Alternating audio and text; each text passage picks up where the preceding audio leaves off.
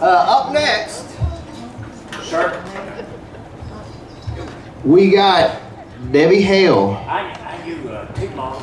I work with Judy. Debbie. Oh. Oh no. Scoot this out a little further from the thing here, so well, let's just give some distance there. All right.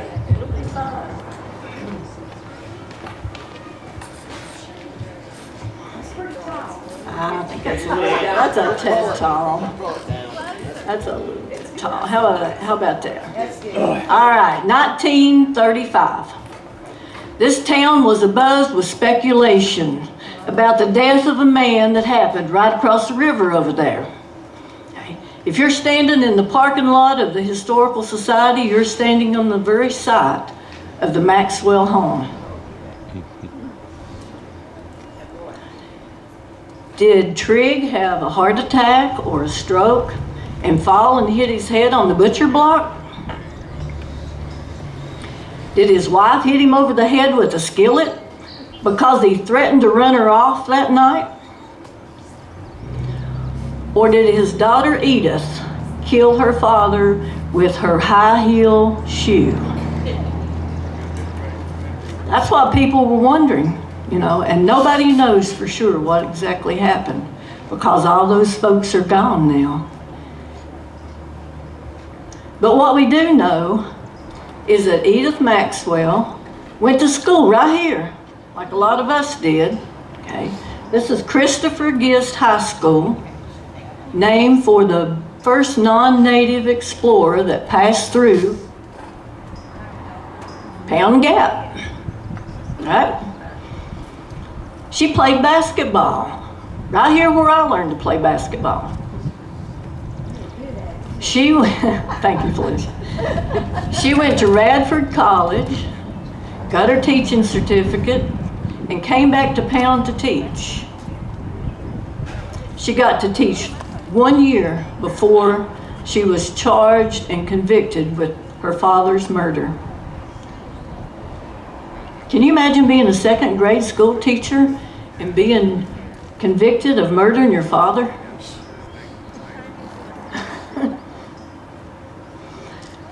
But the Commonwealth attorney at that time felt like he had enough evidence that he could prosecute her. And when the word kind of got out, newspaper reporters and magazine editors from all over the country started pouring in here to cover that story. And there was headlines in newspapers that said, Edith Maxwell, slipper slayer. They called her Edith Maxwell, the Lonesome Pine Girl. And some people felt like that she was as guilty as sin. And other people kind of took her side of it and supported her. At that time, women had only been allowed to vote for 15 years. And there was a lot of women's organizations that were still fighting for the right to be treated as equals. So they started a letter writing campaign, and after writing hundreds of letters to the Commonwealth attorney, and it didn't do any good really, he went ahead and charged her, and they had 2 trials, and she was found guilty and sentenced to 25 years in prison. But the women's groups didn't give up. Okay, so they started writing letters to the governor. And when Eleanor Roosevelt, the First Lady of the United States, got involved and had actually written a letter to the governor to ask that Edith be pardoned, it convinced him that maybe she'd served enough time. So in 1941, she was pardoned by the governor, changed her name, and never came back to Pound. And a lot of you know that story better than I do. You know, there may be folks here who are actually related to Edith. She still has kin people right here in town. But the story you might not have ever heard about happened about halfway between here and Wise, over on Birchfield Creek, and it involved several members of my own family. even though none of them was killed, or they didn't do the killing, but they were involved, and I'm gonna tell you a little bit about that. Russell was my grandfather's good friend, and he stopped by the house to see my mother when she was 2 days old. And he knocked on the door and he said, "I just come by to see Bugs' baby." That's what he called my pawpaw, Bugs. And 2 days later, he showed up on my great aunt's porch, hollering, "Can I borrow your gun?"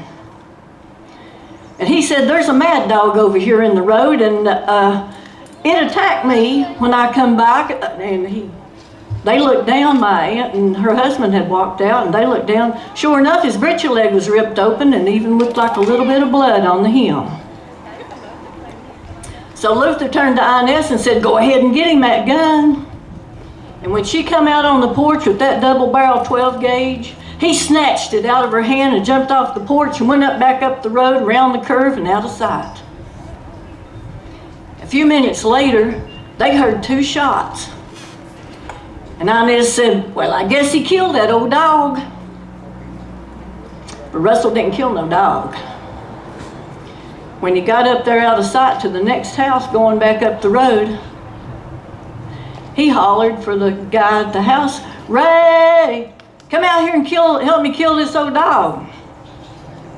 And Ray stepped out in the yard and saw him up there and rode, had that gun aimed at something. So he took a couple more steps toward the creek, and just about the time he put his foot up on that foot log, boom! He took the full impact of that 12 gauge right in the chest. And his wife Thursday was right behind him with the flashlight, because it was just about dark by now. Boom! He shot her too. And he slid down the bank, across the creek, and went over and he took her apron and he pulled it up over her chest so you couldn't tell what the gun had done to her. Early the next morning, just about daylight, my great uncle Willard was walking down the road going to work. Elbert's uncle too. And Ray usually walked to work with him. So when he got kind of close to the house, he started hollering, "Ray, come on, it's time to go to work now." And when he glanced up, he realized there was no smoke coming out their chimney. And he could see 3 little children standing in the doorway. And a couple more steps, he saw the couple laying there on the creek bank. And he could tell right away that there wasn't nothing he could do to help them. So he ran over and got those 3 little children up in his arms and took off back up the road to their grandparents to tell the family what he'd found that morning. Later that afternoon, my great-grandmother was standing out on her back porch up on the berry farm, looking out over the orchard. And she could see somebody walking through the trees. And she hollered out, "Russell? Russell, is that you?" And Russell had just stopped and picked up one of them big golden delicious apples that everybody likes so good. And he took him a big bite of that apple and he glanced over at Mama. And she said, "Russell, there's been a killing down on the creek and folks are saying you done it." And he never said a word. He just stood there and looked at her while he was eating that apple. And she said, "If you done that, you need to go out to Wise and turn yourself in." And he just stood there kind of quiet. And she got nervous. And she said, "I went back in the house and closed the door because it's untelling what he might do." But Russell didn't do anything to my mama. He went off the hill down onto Dodson Creek and spent the night with some of his kinfolk. And the next day he went out to Wise and went to the sheriff, and he told him there was a killing down on Birchfield and folks are saying I done it, so I come to turn myself in. About a couple days later, my grandfather, who I said had been his good friend, went out to check on him. And he said, "Russell, why in the world would you have done such a thing?" And Russell looked at him kind of hard like, And he said, "Bugs, the secret is mine and always will be." So I don't know if you ever heard anything about that situation, because there was no headlines in the newspaper. There was no magazine articles ever written about that, or no books. And the only thing I have ever found was a small paragraph in the Coalfield Progress, the 1st of October, 1935. Thank you.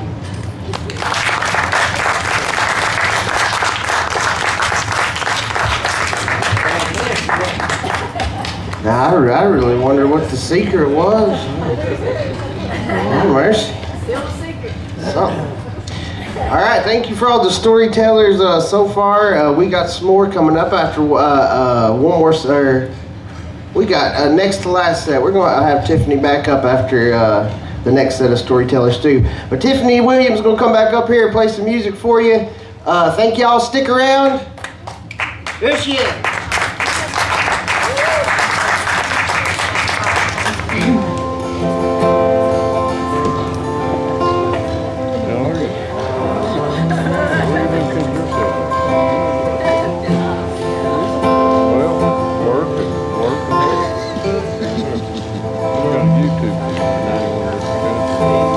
Is that what you want me to do?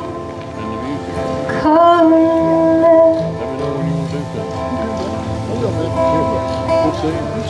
to sit around in some tree,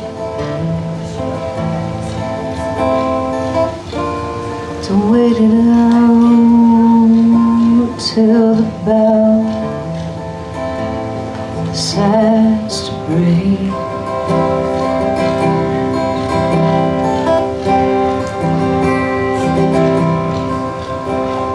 Is that what you want me to do? Come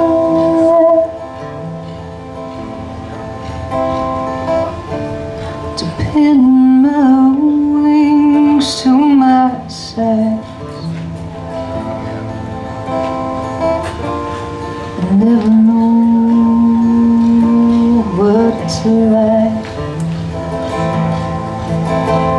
to fly.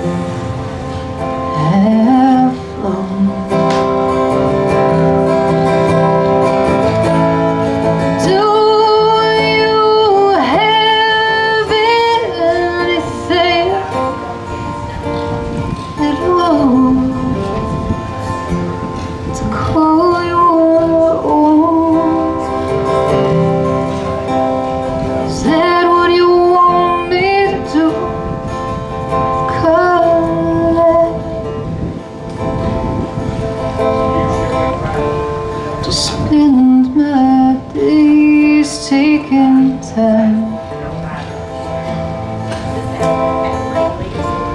to build some high life. It's not mine.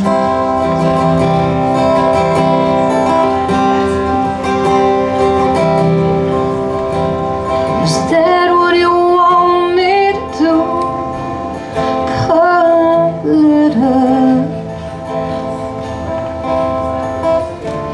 To let him tell me who to be, to lose my one good chance to be free.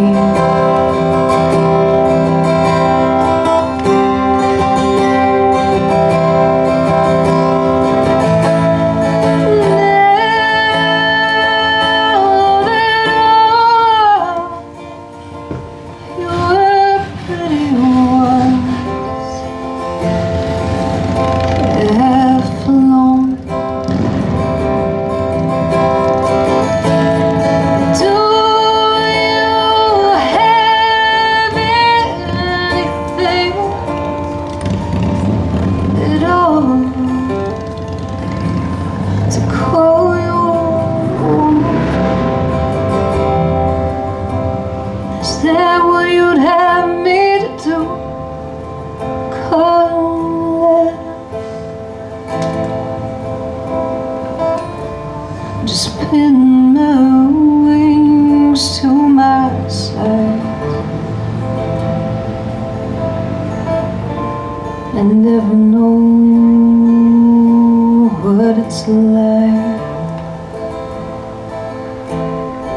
fly.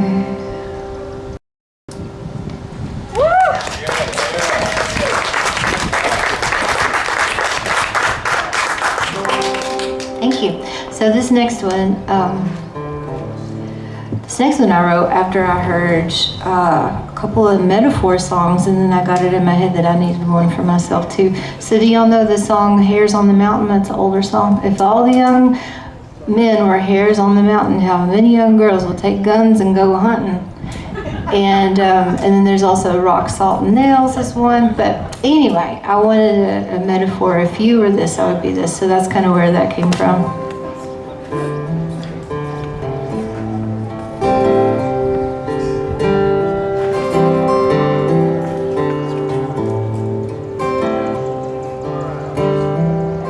If you were the sea, dear, if you were the sea, if you were the sea, dear, if you were the sea, at peace he swallowed and lost to the deep, swallowed and lost to the deep.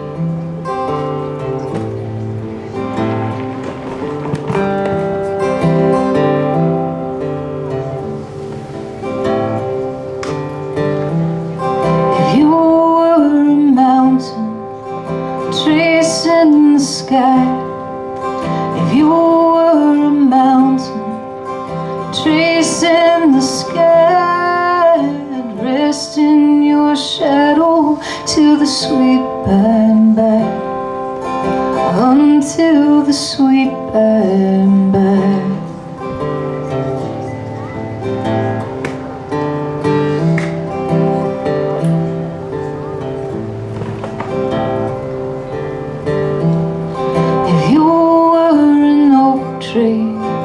Rooted and strong, if you were an oak tree, rooted and strong, I'd be the red bird that sings you a song, sings till the daylight is gone.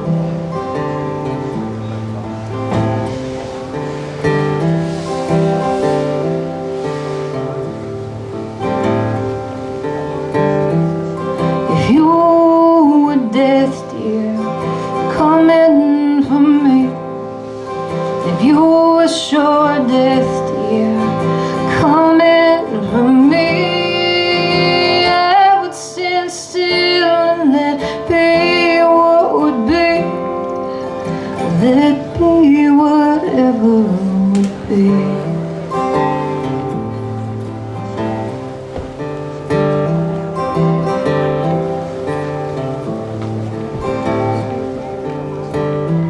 But you're only a stone, dear, carved up and cold. You're only a stone, dear, carved up and cold. So I make my bed by deep buried bones, beside you, but ever alone.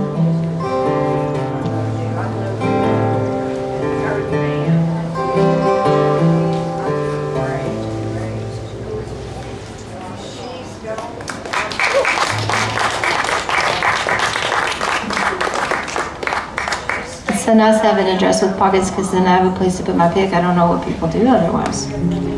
I don't finger pick a lot. I learned to do it during COVID, so it's still kind of a new thing for me. But we're going to see about this one. This is called "Ticket to the Moon."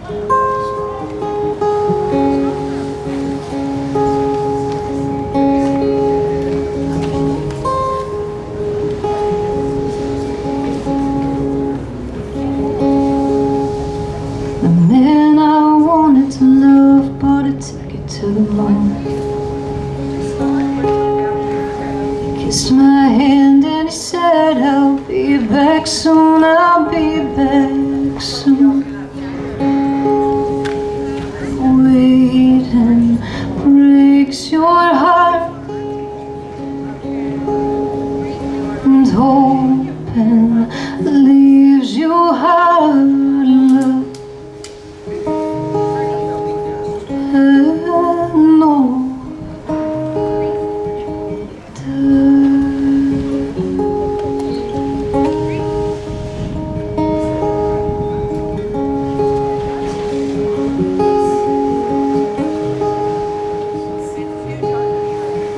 I tried to feed a bird from the palm of my hand.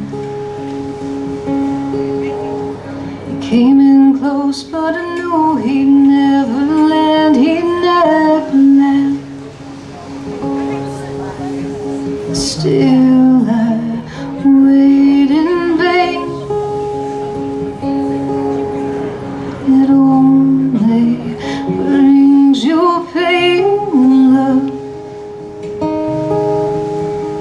I know it does.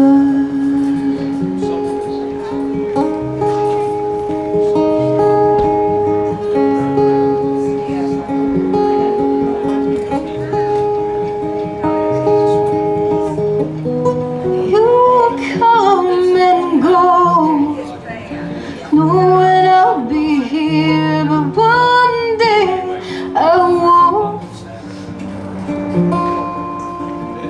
I won't.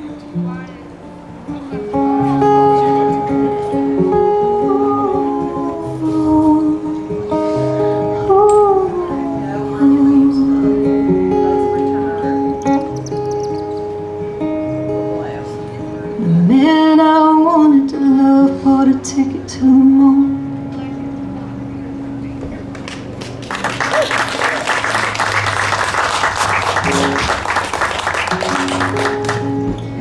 We might as well, since the pick is in the pocket, do another one.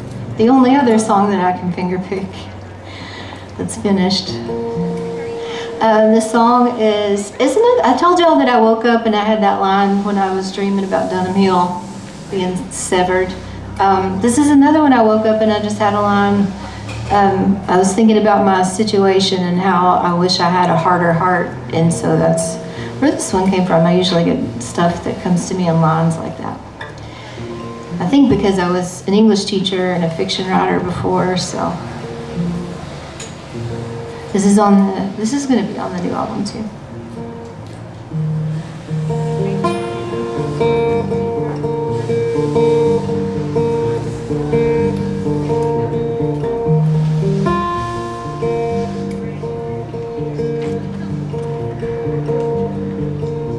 I tell myself our cause is lost, that every line I've drawn I've crossed. Your easy words still make a spark. Oh, I wish I had a harder heart. You shaped the story in my head. Eternally, you stay instead. But you won't finish what you start. Oh, I wish I had a harder heart.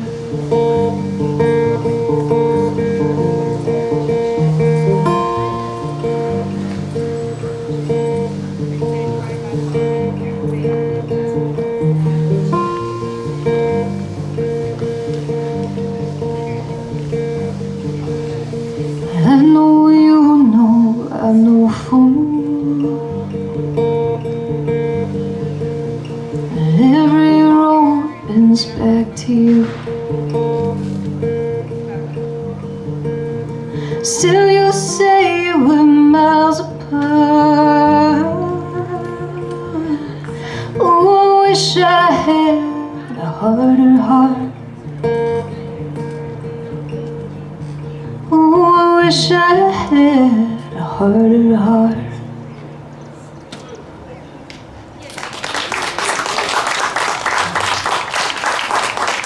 Thank you.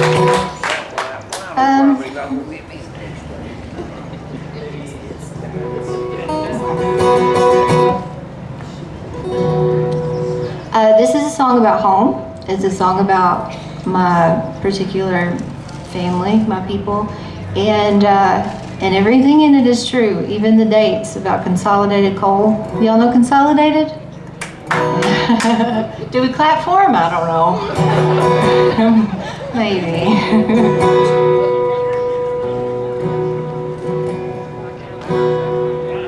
All the houses look the same. That's the first thing anybody says when they come here. Coal camp houses all in rows, some falling in, some 2 stories still have 2 front doors. I cursed this place when I was young, cursing me with a broken tongue and hiding the horizon from my view. But these days I keep thinking of the land whose shoulders block the sun, and people who speak music like I do. I worry that my best isn't any good anywhere but here. Sometimes I think of staying. I live up on the mountain and the fog in my head would clear. There's no way of saying that it took more than it gave when it's all you know. But I do know you can't leave it when you go.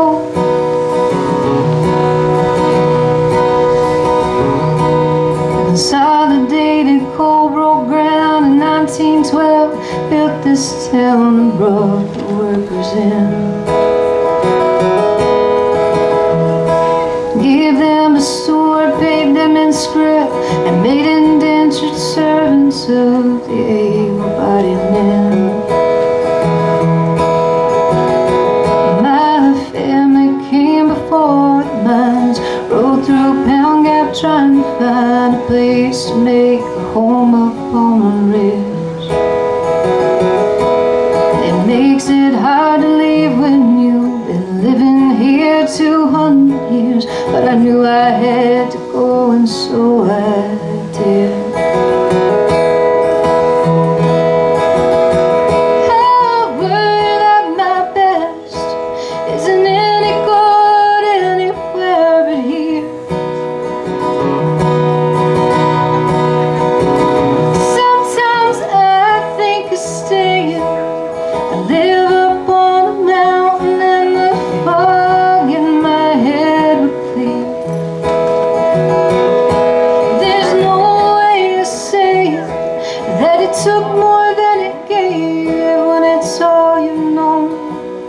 But I do know you can't leave it when you go.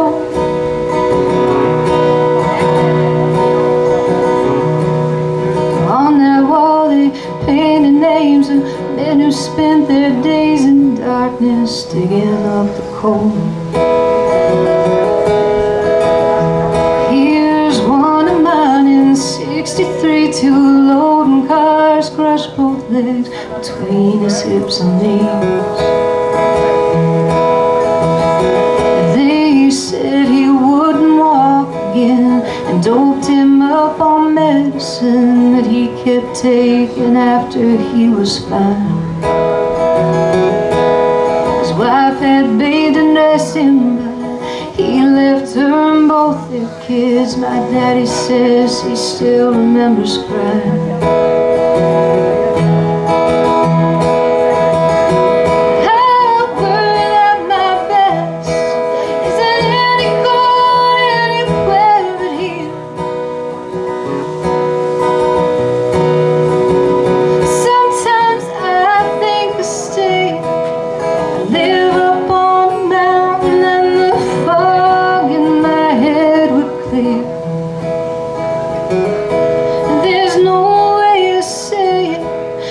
Took more than it gave when it's all you know.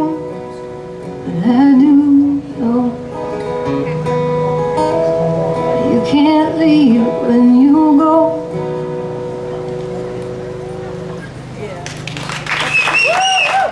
Thank you. Chrissy, when you were singing that, I was like, okay, okay, good, she knows the words because I don't play that one too much anymore. I might need you to help me. I'm going to play one more, and then we're going to hear some more stories. This is a newer one that I've not cut yet. We're not lazy. We're acclimating to the morning. It's hard to move when it ain't dawned yet. It's hard to move with your chest against my back. I've been lonely, confusing common things for holy. I mapped the borders of your body. I consecrated you the moment that we met.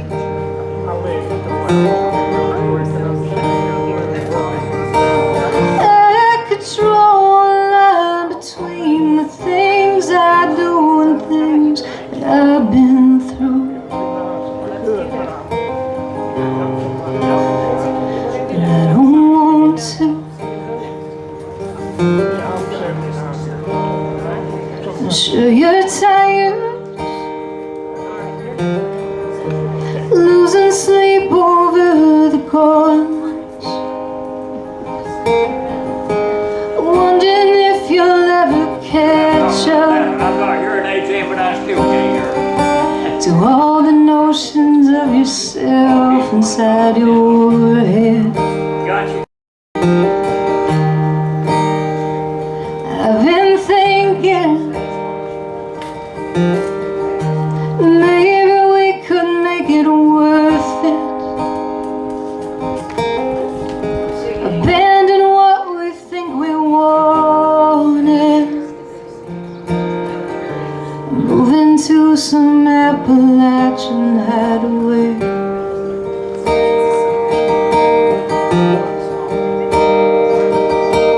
I could tell you you don't fit, you'd resent me when this thing is through. But I don't want to. It's disappointing, the unkept promise of the morning, when we don't know what's up ahead yet, when what we hope will happen ain't but might still could.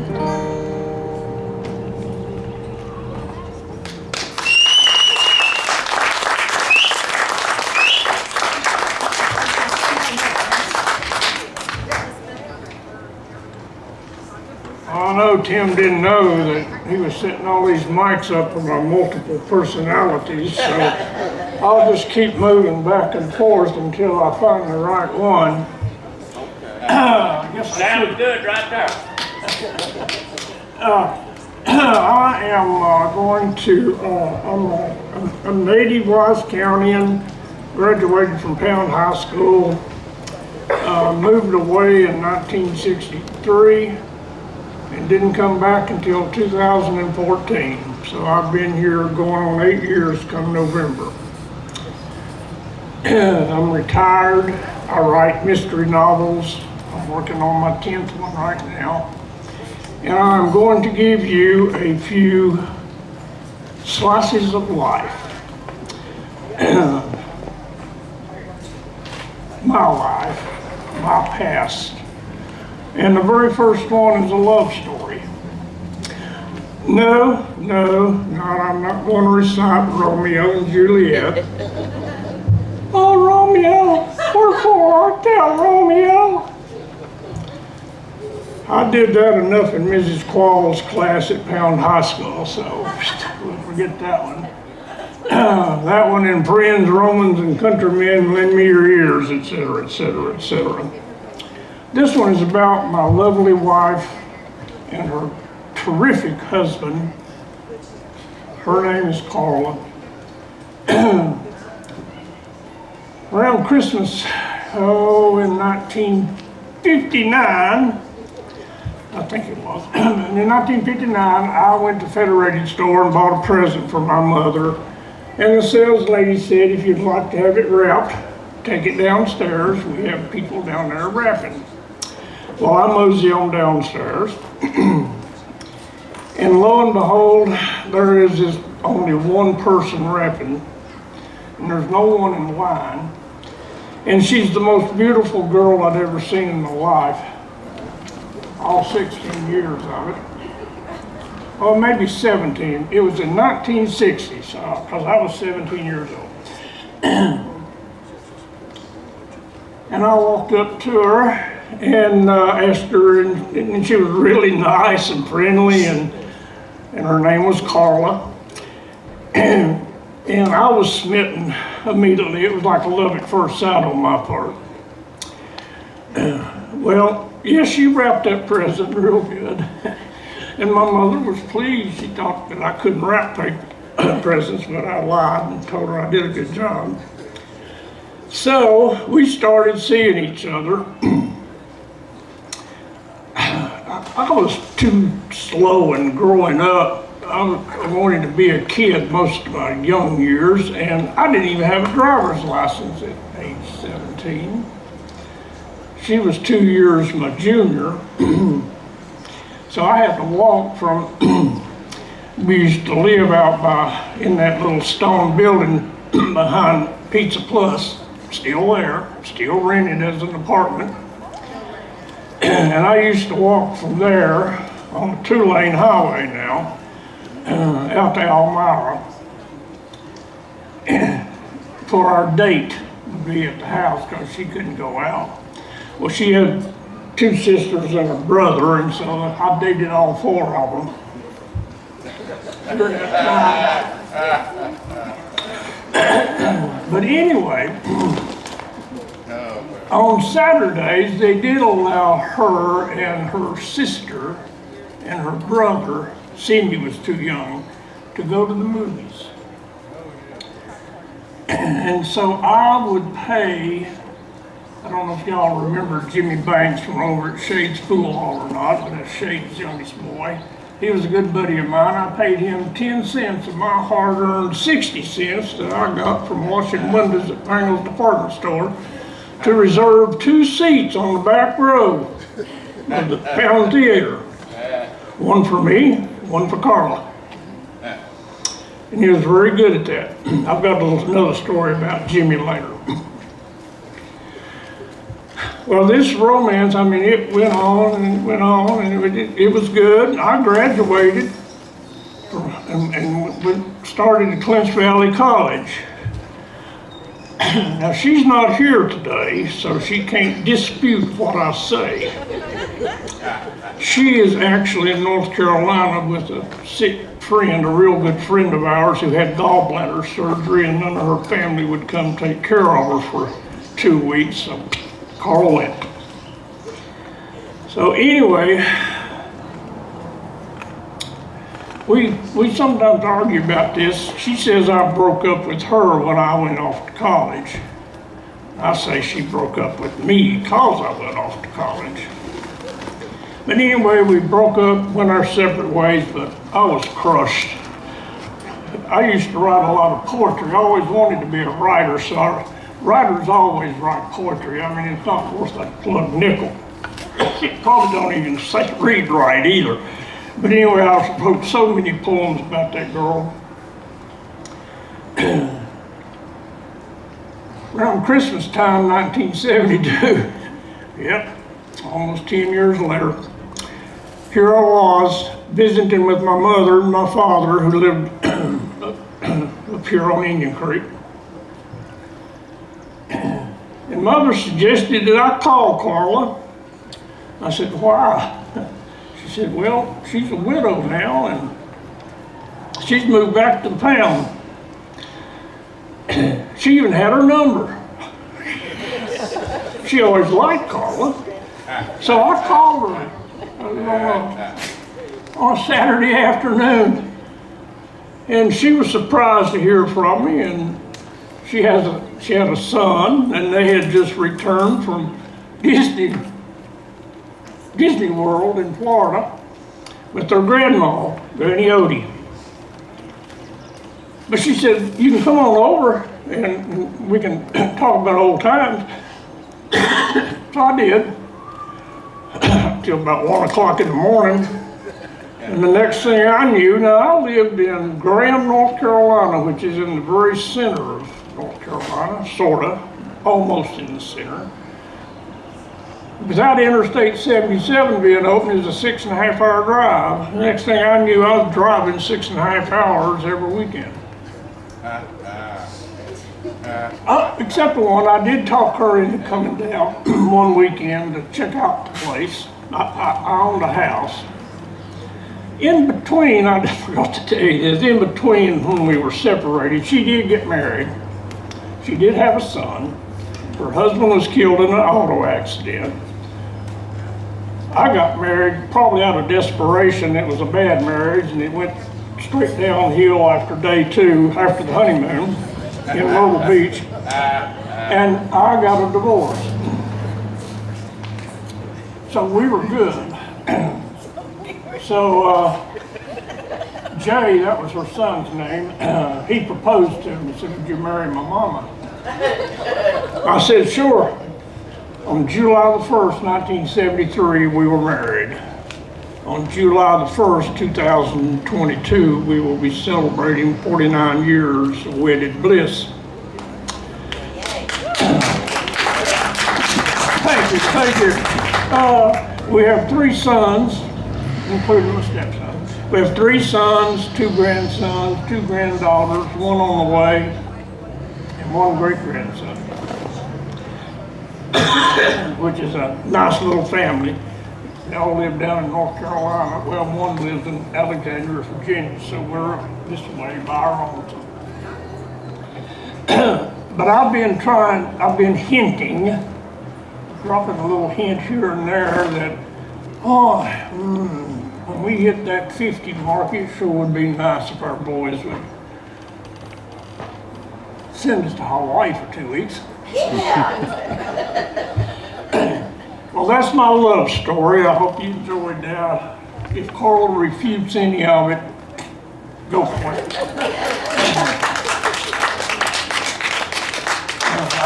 I mentioned Jimmy Banks in Shades Pool Hall. I hung out at Shades Pool Hall. I don't know if any of y'all did. Most of you are too young. But I learned more about life hanging out at that pool hall than I did from any books or any other personal life here or there. Well, Jimmy and I were good friends, although I think I was a year older than he. I've got to get my prop out of my hat here. But we were there in the office, and Shade, his daddy, came out and said, Jimmy, have you filled up that stoker yet? The furnace? Oh no, we'll do that right now. So here we went, trucking down to where all the pool tables were, in the back room where the furnace was. And the first thing he did, he took a Pall Mall, Pall Mall. We called them Pall Malls back then, but it was Pall Mall. Broke it in half and gave me half. I know it's gonna look like a joint, but don't worry about it, it's just a piece of paper. and lit them up, and we were standing there smoking away when Shade popped his head in the door. And the first thing mine was in my hand, so I just went like this. Jimmy had his in his mouth. I hope I can do this. And he went like this.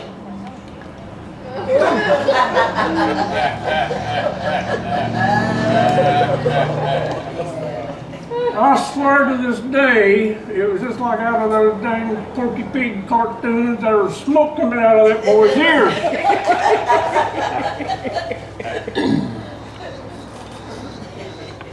Jay never knew that we were smoking. Jimmy successfully answering his questions. Another good friend of mine, Jimmy is no longer with us. He's passed away. A lot of my friends have gone. Craig Finnegan, y'all know him. He passed away about a year or so ago, maybe not even that long. He and I used to love to ride bicycles. We'd ride up either North Fork before the dam, all the way down through Flat Gap, come back down South Fork. We used to love to do that trip and had other kids go with us all the time. We also wanted to go to Raven Rock and didn't want to push that those bicycles. Well, no, my bicycle was out of whack on this trip. It ended up being a flat tire. Daddy wouldn't give me any money to buy a new one. So instead of pushing that bicycle all the way up Jenkins, we call it Jenkins Mountain on this side. It's Pound Mountain if you lived on the Kentucky side, right?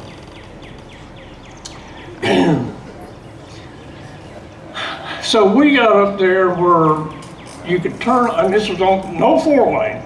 So we got up there where you could turn off to go up to the tunnel. And so, I know we were stupid, but we pushed that bicycle instead of going up, we pushed it straight through that tunnel. And no train.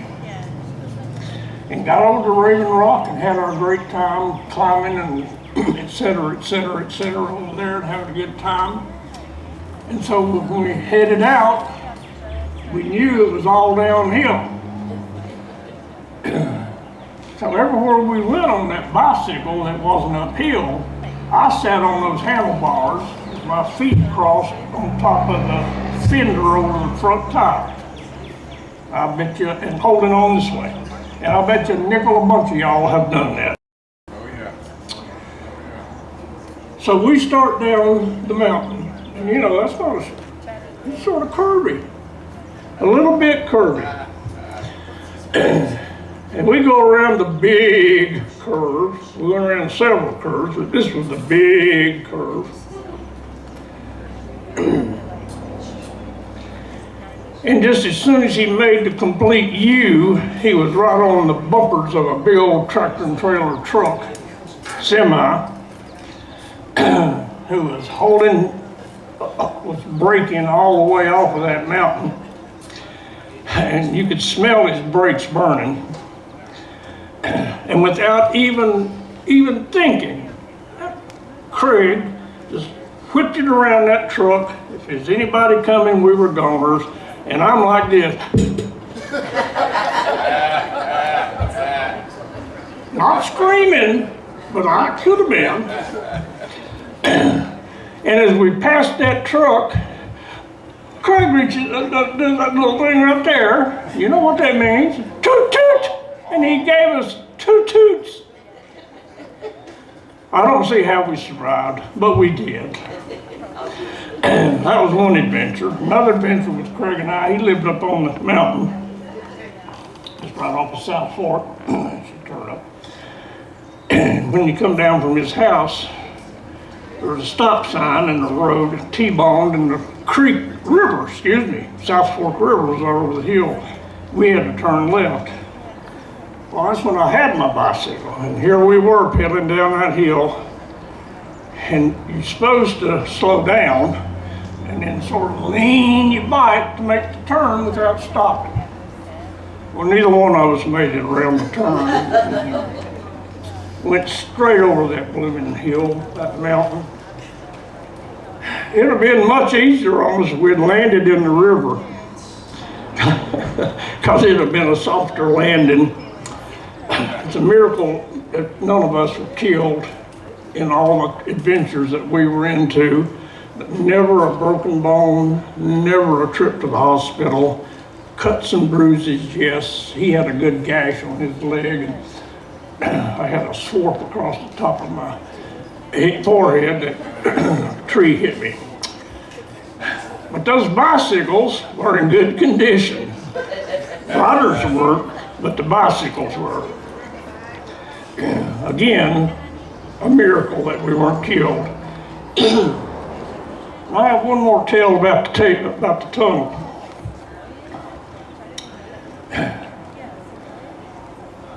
Been through it a lot of times.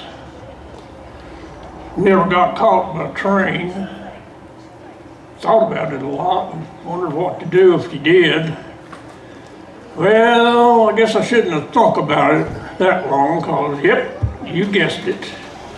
Me and David Robertson, my brother Ed, and Mac Roberts. Of course, Ed and David are no longer with us, and I haven't seen Mac in 60 years probably. Wouldn't know him probably if I saw him today. If you're out in the audience, see me later. But we got on the railroad track at Horse Gap, followed the railroad. We always like to do that. We had a lot of adventures coming and going. Stacy Branch was off down in the holler there, and later you'd cross Bad Creek and you could go way back up in the mountains on Bad Creek. But we went through the tunnel, went to Raven Rock, had a great time playing and romping and exploring and so forth. And a sidebar on that, to get up on Raven Rock, there was this little tiny hole up here that you to go through. I mean, it's big and small enough for us kids. My brother and I went back there as a reminiscent tour years later. Neither one of us could fit through that hole, so we had to take a longer route. All right, back to Raven Rock. So we finished playing, did all of our things, and worked our way back down to the tunnel, and we always took Mother, fixed us all a sandwich, and we carried them in, I think it was Mac's little lunch box. Don't know which one kind it was, probably a Lone Ranger. But we had eaten everything but a bologna sandwich, and it was still in the lunchbox. But here we were walking, and it wasn't too dark in there. I mean, you had enough light that you could see where you're going, and there was light at the end of the tunnel. So you just kept on going. Well, woo-hoo! Yep, here she comes. Looked over her shoulder, and coming through the Jenkins side was that big old train. Probably had 1,000 coal cars. Probably not that many, but it sounded like a whole lot. Empty ones, because they were taking it back up toward Mead Creek mine, or Mine Creek, Mead Creek, where they loaded coal. What do we do? I don't know.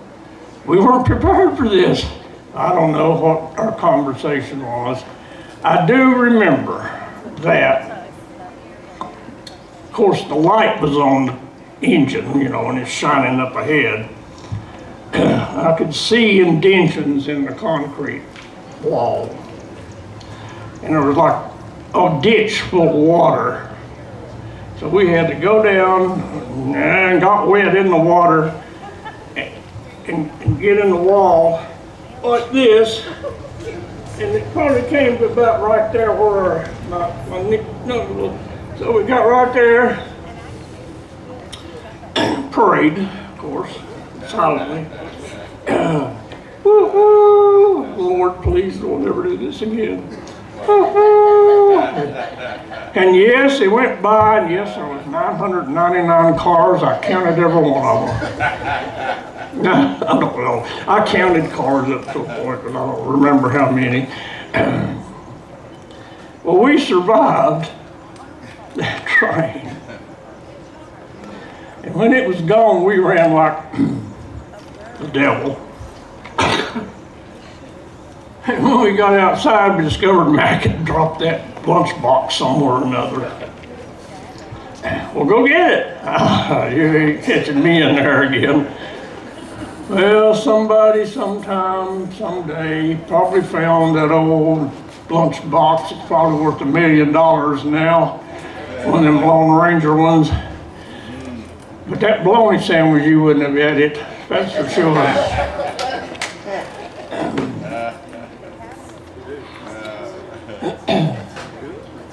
I have one more. Bill Cantrell was my father-in-law, and he owned a boat.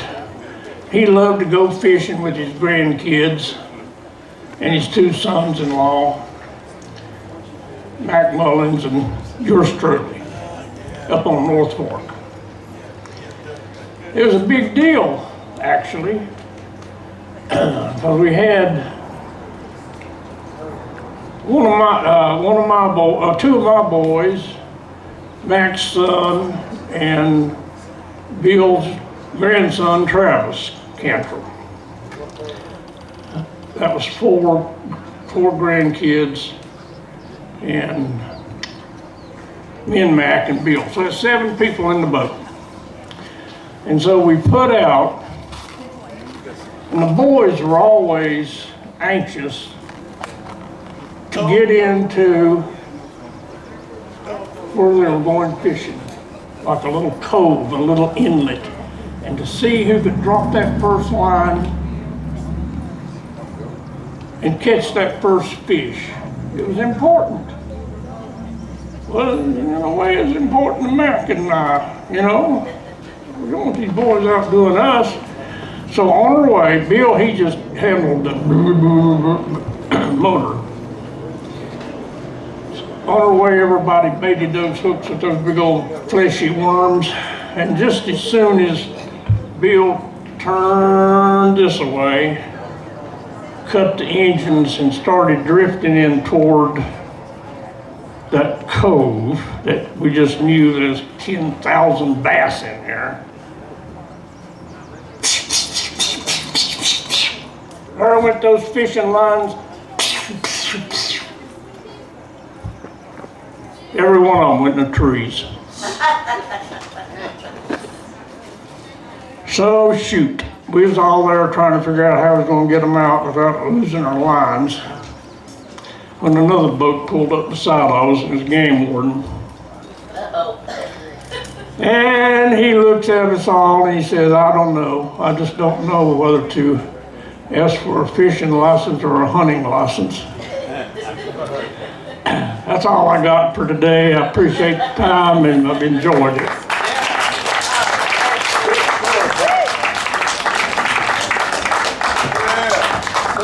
One other thing, my cousin, second cousin Debbie, was talking about her side of the family in trouble. I want to just do a disclaimer. I knew nothing about this on the Marshall Baker side. Thank you. Thanks, Albert. All right. Up next, we're going to have Kenny Mullins telling us a story. And I reckon, Kenny, we're going to call you up to the stage now. All right, Kenny. After Kenny, we'll go back into some music from Tiffany Williams.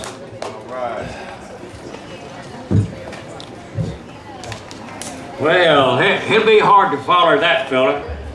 I'll tell you that. He lived that again. Well, anyway, I'm Kenny Mullins, better known as Kenny. My name is Kenneth Mullins, Kenneth Buford. And when I was born, my mother's daddy come over to see me, and he said, "What you name my little feller?" She said, "Kenneth Buford Mullins." He stuttered a little. He said, that'll kill that young'un. He said, and he stuttered. He said, he couldn't say Buford. He said, I just call him Kenny Buttermilk. And so I went by Kenny all my life. And I'm a retired coal miner. I worked 31 and a half years in the coal mines. And I've always wanted to be a cowboy. I ride horses. I've raised some black and white horses. Live over in Blowing Rock, Virginia. when I say Rolling Rock, they think I'm living in North Carolina, but it's on 611 out of Clintwood. If any of you been to the Birch Knob Tower and platform on Pine Mountain, I live 3 miles on down the road. And I went to Skeet Rock School. I was born in the mid-30s, coming out of the Depression. We didn't have very much. Everybody was kind of hard up. And but I've been fortunate to live this long and be a coal miner and still be as good a shape as I am. Never did have to go to the doctor much until I had to retire from mines on account of cancer. But the first time I ever had to see a doctor, like I said, it was coming out of the Depression, and I was crawling. I was able to crawl around, and this old lady that lived down the road from us stayed with her son, the Slusses. Rosetta was real bad off, and at that time the doctors would come and visit you out after his hours, you know, and Dr. Sutherland over at Clintwood, he'd come and see Rosetta about twice a week. And I had this real bad cut on my lip. I mean, it was bad, I reckon, from what they say. And my mother was worried about it. She was getting infected. And she told Dad, she said, you take Kenny down there, see that doctor. I'm afraid that's going to cause him some trouble. It was a real bad cut. And so he took me down there. I guess they gave me some salve or something to put on it. And I've been asked, well, how come you have such a bad lip? I said, well, like I said, it was hard times, and I was crawling around. I thought Dad had put just a little bit too much cheese on that mousetrap. But anyhow, I got better. I could still talk. And so then when I went to school out there, my brother was only 14 months older than me. I guess I was an accident, probably.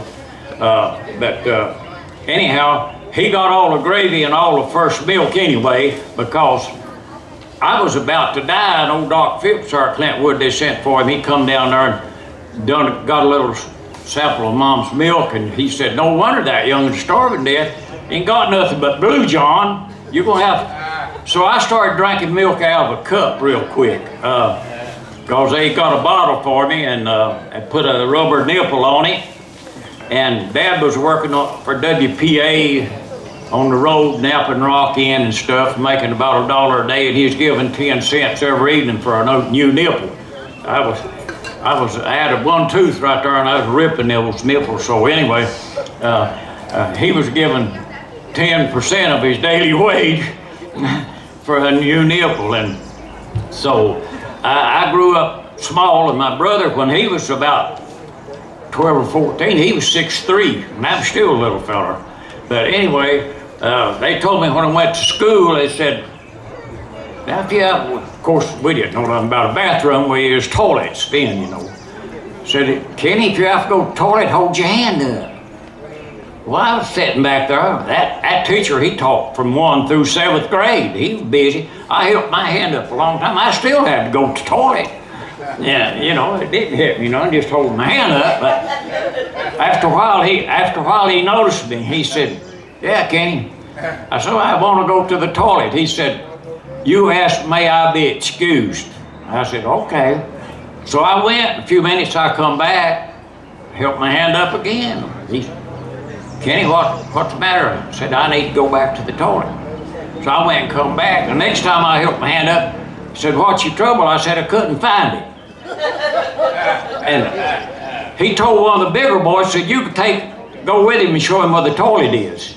So we went and come back, and the teacher said, you doing all right? He said, yeah, he had his underwear on backwards. So, but he was a real good teacher, and he wanted, when he told a tale or talked to you, he tried to use the right, we called it English, he used right English. He wanted everything to say real properly. When in the 1st grade, he got on the blackboard up there with this chalk, and he went to try to learn us a little bit of numbers, you know. So he said, I guess arithmetic, you know, and he said 1 plus 1 equal the amount of which is 2. 2 plus 2 equal to the amount of which is 4. 3 plus 3 equal, I throw my hand up, yeah, I said the sum of which is 6. He said the sum of, he said the sum of which, I just couldn't hear good. I still can't hear good. After I retired here, I've been in the mine so long, the family wanted me to get hearing aids, so I went and got me. I got hearing aids, if you noticed, not long ago. And I wouldn't say nothing to nobody about it. I just been sitting around listening. I've changed my wheel 3 times. so anyway, I've been a horse rider all my life. I had a pony before I went to school, and I've traded horses a lot after I got older. And somebody said, Kenny, did you ever make anybody mad over trading or selling horses? I said, thought I was going to have to give one feller's money back. What happened? I said, well, this gentleman came to me, and he was a retired man, and he always liked horses, and he asked me if I had a good, gentle horse. He wanted one, you know, was good and gentle, didn't want a young one. It didn't matter about, you know, if it had a little age on it. I let him ride it, and he liked it. He said, how old is he? You know how they judge a horse's age. They would only slip up and check his age. I said, he looks like a 10-year-old. Well, I went over that, looks like 11-year-old. He said, well, I like it, it's good and gentle. He paid me for it and left. About a month, I guess a little over a month, he come back. He said, Ken, you told me wrong. You must lied to me a little bit. He said, this horse, this wasn't doing no good, wasn't eating good, and he's losing weight. And I took it to the vet. He said, this horse 21-year-old. Said, you told me wrong. I said, I said he's 10 and he's 11. I said, 10 and 11 is 21. He said, yeah, he said, that's right. And he left, was satisfied. So, I do ride horses, have all my life, and I ride Pine Mountain a lot up here. You know where Pine Mountain is. I've ridden a horse from Pound Gap up here all the way to Elkhorn in one day. Took 11 hours on a real good horse, my stay. But and I work Pine Mountain Trail a lot, and I've ridden a lot with Debbie Hale, if she don't mind me telling her. Help me and her work these trails over here, and if you need a good person to run a chainsaw, she'll run a chainsaw all day with me. I mean, she's good. But anyway, I just, love horses, been a horse trader all my life, and so I took a good friend of mine up to Blowing Rock not long ago, and I was telling him about this gentleman raising a family down on just to the right of the Blowing Rock, and his name was Keen Potter, and they was 14 in the family, and big old high cliff, and it sloped out like that. And right at the base of that cliff is the best spring you ever saw. Best water, it bounded to come right out from under that rock. And that's where that whole family got their water. And they had pear trees and apple trees and peach trees down there. Back in the 40s, I would go down there with my horse and saddlebags and get a lot of that stuff. But I took my buddy up there, and he said, is that good water? I said, yeah, man. I said, oh man, Keen Potter, there's 14 in that family. And I said, everybody told that the reason he had such a big family, that water was real potent, real potent. He said, is that right? I said, yeah.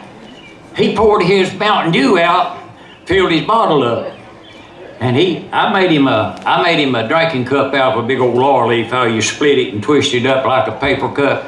He drunk him some of it. He took that water home in that Mountain Dew bottle, and next time we went, I said, did you drink that water? He said, yeah. He said, Kathy wants me to take a milk jug back with me next time. So anyway, I guess that's about all I could tell. They say my trouble is, I was slow learning to talk, but once I started, it's hard to shut me up. So, but anyway, I thank you for inviting me over. You were a good follower. You were a good follower. Thank you, Kenny, and thanks to all the storytellers. We are going. We still got one person after Tiffany, right? Yeah. We got another storyteller to take us out here, and then I'll give us we'll have a little minute between. We'll do sound check and stuff for the Big Bluegrass Band later on. But anyways, we got Tiffany coming back up here. Tiffany Williams, everybody, big hand. We're gonna get another set of music. Stick around. We'll be here all evening. They had you hawking pills when you were 17. It ain't no wonder you got so mean. It ain't no wonder you got so bitter and so mean. A belly full of devil creams and alcohol, an easy throb of heroin and fentanyl. But when they found you lying face down on the floor, I wonder if they knew what for. I wonder if they ever asked you what for. I guess I'll never know the whole truth, just the parts people tell me when they're stoned. They always say they don't wanna speak ill of the dead, but you've been gone. You've been gone. You were no good, and you hurt me. You were everything I came to learn that I don't wanna be. You were selfish and reckless most of the time. You were mine.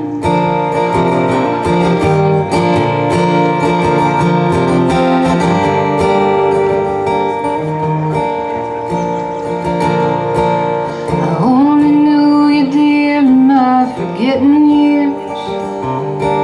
I got your mouth and eyes like yours, but mine are clear. But when I think about you now, it's like a dream. One that's dark and hard to see. And the more I try to make it out, the quicker it leaves. I remember knowing that I loved you. Even when I cried, you wouldn't stay. I'd sit in your lap, chew your hair while you smoked Winston Lights, and I'd drift off, and I'd drift off. You were no good, and you hurt me. You were everything I came to learn that I don't wanna be. You were selfish and reckless most of the time.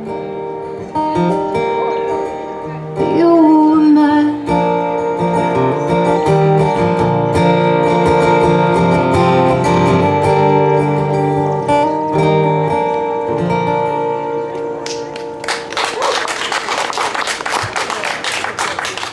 Thank you. We got a pretty day, didn't we? It's not too hot. Let's see. I'm gonna play you a drinking song if that's okay. Are there children here? There were. I think maybe they didn't have to. I already changed one of my words in the song earlier.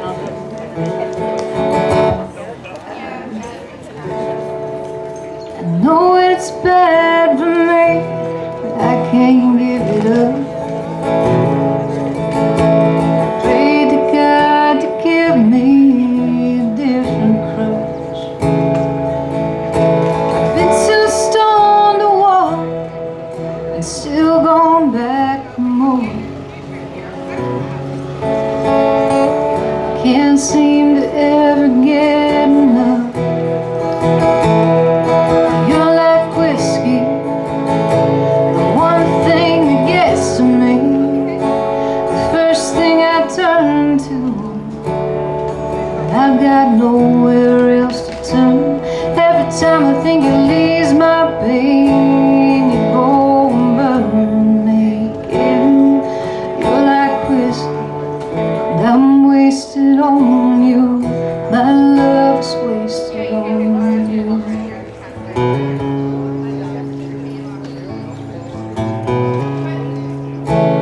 Gotten reacquainted with Jack and Jill. Tried to drown your memory, but I learned to swim. You used to love me, but you don't anymore. I don't think you ever will again. You're like whiskey, the one thing that gets to me, the first thing I turn to. I've got nowhere else to turn. Every time I think it leaves my pain, you go and burn me again.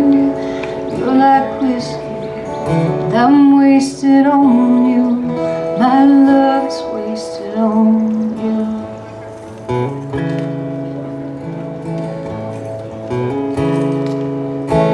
There've been times I've sobered up, but I never can forget the taste of you on my lips. You're like whiskey, the one thing that gets to me, the first thing I turn to. I've got nowhere else to turn. Every time I think it leaves my pain, you go and burn me again. You're like whiskey, and I'm wasted on you. My love's wasted on you.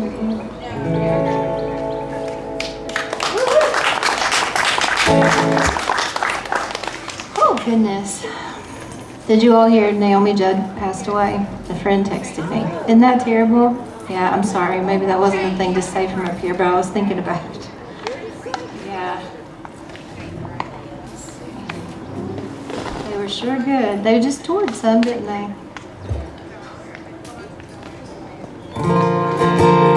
Kentucky Treasures.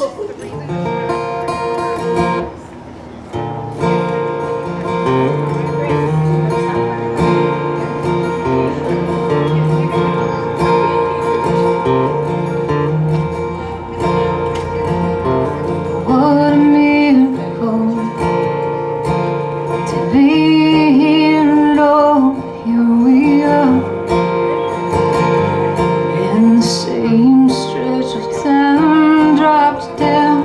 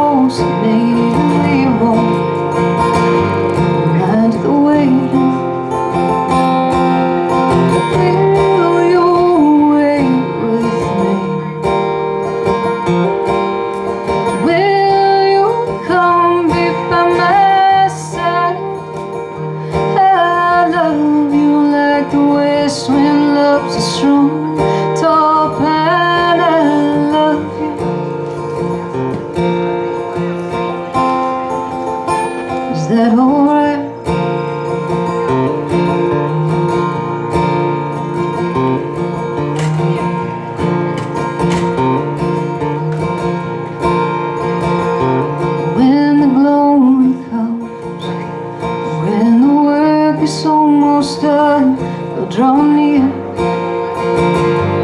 And I'll think back on how we cried, how sometimes it felt like flying, and how we both loved the waiting. Will you wait with me? Will you come be by my side? I love you like the warm sand loves the cooling tide. I love you.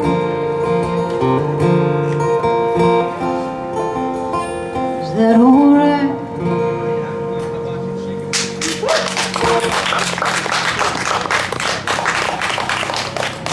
I'm gonna do a new one, and then I'm gonna do a lesson one. I think this is the last one I finished, so. You've been hypnotized by the steady hum of nothing.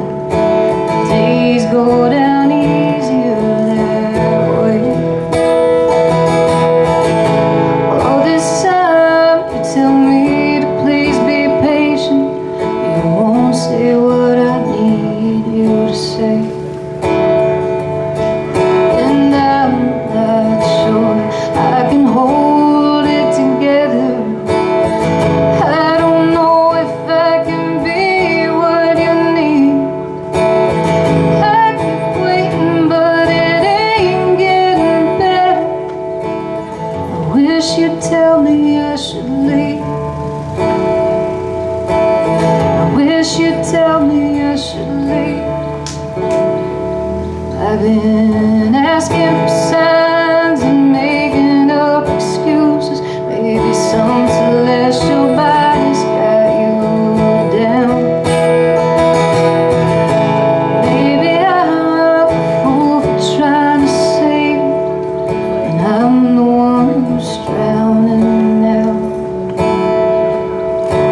I'm not sure I can hold it together. I don't know if I can be what you need. I keep waiting, but it ain't getting better. I wish you'd tell me I should leave. I wish you'd tell me I should leave.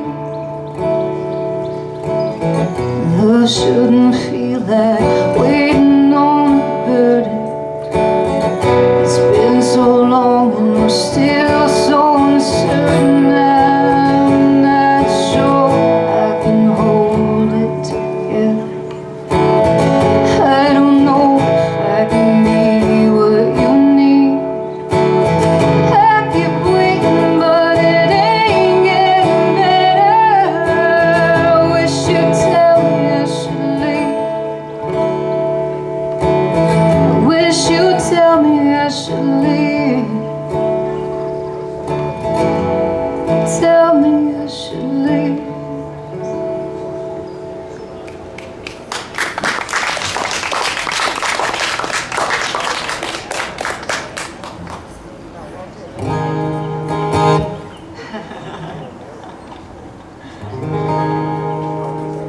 Okay, so this last song is, I think when I was introduced, they said coal miner's daughter, granddaughter, great-granddaughter, that's true. And so, but when I had to tell the story of that, it started to feel like I was, I don't know, using it a little bit or exploiting it. And so I had to come to terms with that. And so I came to terms with it by writing a song about it, which further exploits it if that's the way I feel about it. So anyway, this is called, it was called I Am a Coal Miner's Daughter, but then I was advised not to do that. So now it's called All Those Days of Drinking Dust. And that is also the title of the album that will be out in August, Lord willing. Please, Jesus. I am a coal miner's daughter, proud as the mountains all pine, living in a body that has never been brought low by entering the mouth of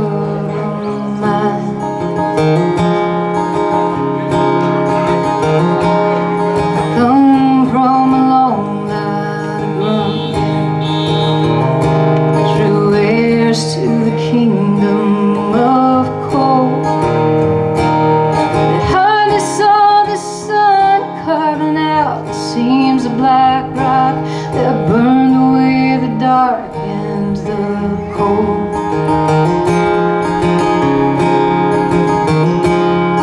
All those years of grubbing on his hands and knees, all those days of drinking dust, all those nights feeling like he couldn't breathe or give a different life to us.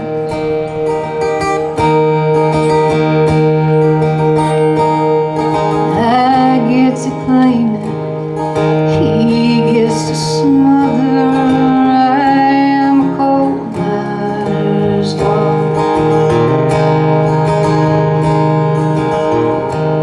I didn't know which God to pray to when the cave-in showed up on the evening news. Does the one above have jurisdiction where they go, or is there one below I should be talking to?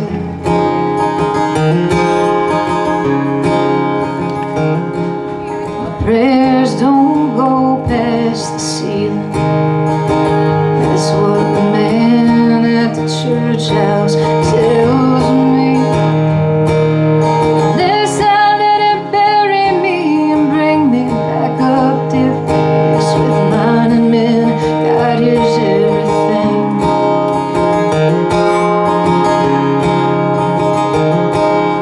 All those years of grubbing on his hands and knees, all those days of drinking dust, all those nights feeling like he couldn't breathe or give a different life to us.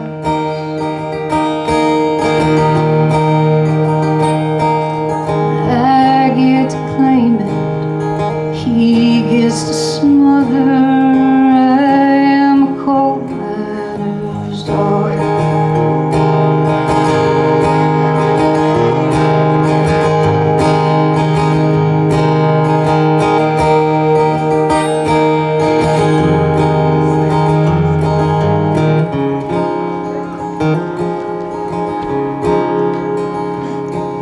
There's mountains to the north and south that ain't cursed, where a man can walk upright and get ahead. But these are the only ones that watched us ripen rot and hold the bones of both our living and our dead.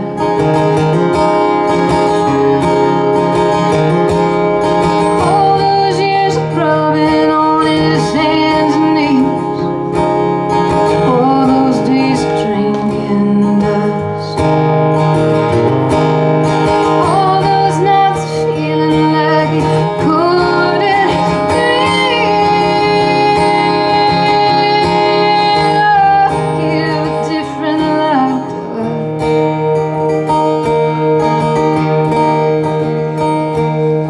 I get to sing a song, he gets to smother. I am a coal miner's daughter.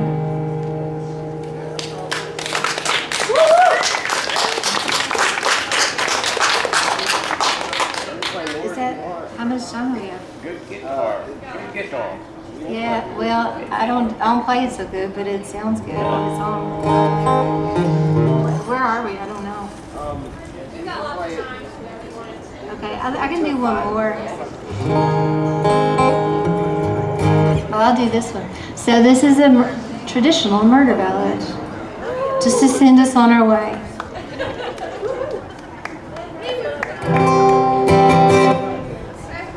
And y'all can sing if you want to. It's just all the wind and the rain. Otherwise known as Two Sisters. There were two sisters from County Clare. Oh, the wind and the rain.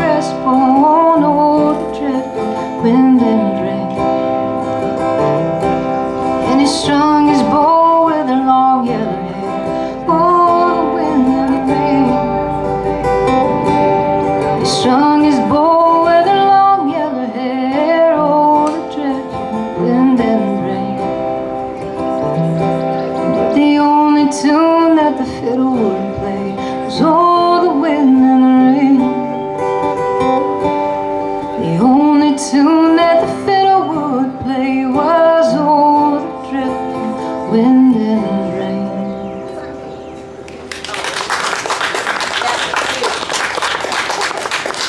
Thank you all so much.